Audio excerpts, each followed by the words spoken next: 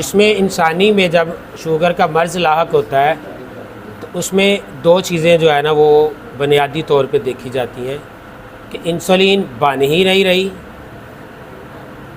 یا اس کا صحیح استعمال ہی نہیں ہو رہا، یا وہ بن زیادہ رہی ہے تو مسکولر ٹیشوز کے اندر ابزالو نہیں ہو رہا۔ انسولین ایک ہارمون ہے جو لبلبہ پیدا کرتا ہے۔ لبلبے کی ایک علیحدہ اناٹمی فزیالوجی ہے، اس کا سائز کتنا ہے، وہ 25 سینٹی میٹر، وہ شوگر کی جو اس کا حجم مقدار بنانے کا جو ہے وہ 60 ملی گرام سے 150 ملی گرام تک۔ اس میں غذا کے استحالے کے ساتھ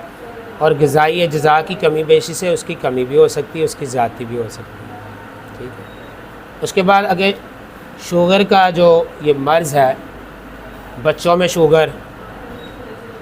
جو نیو بورن بیبی نومولود بچے پیدا ہوتے ہیں ان میں شوگر، بالغ اور نابالغ بچوں میں شوگر، ٹھیک ہے، پھر مرد و خواتین میں شوگر، پھر شادی شدہ اور غیر شادی شدہ میں شوگر، پھر بڑھاپا اور ادھیڑ عمر میں شوگر۔ اس کے بعد عمومی طور پہ جو ہمارے گھروں میں حاملہ خواتین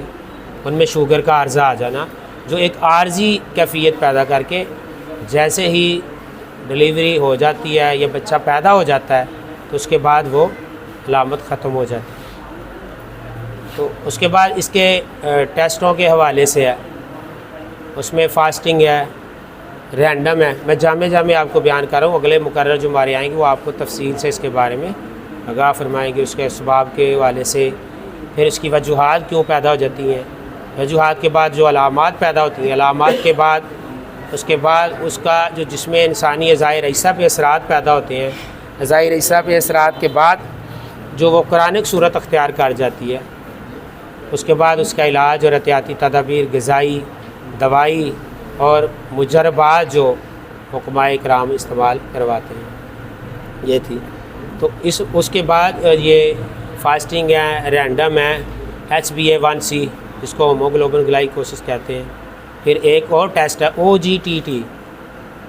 اورل گلائکوجن ٹالرنس ٹیسٹ، ایک نیا ٹیسٹ آیا ہے،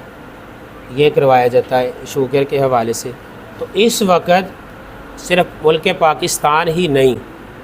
بلکہ پوری دنیا اس علامت کے اندر مبتلا ہے،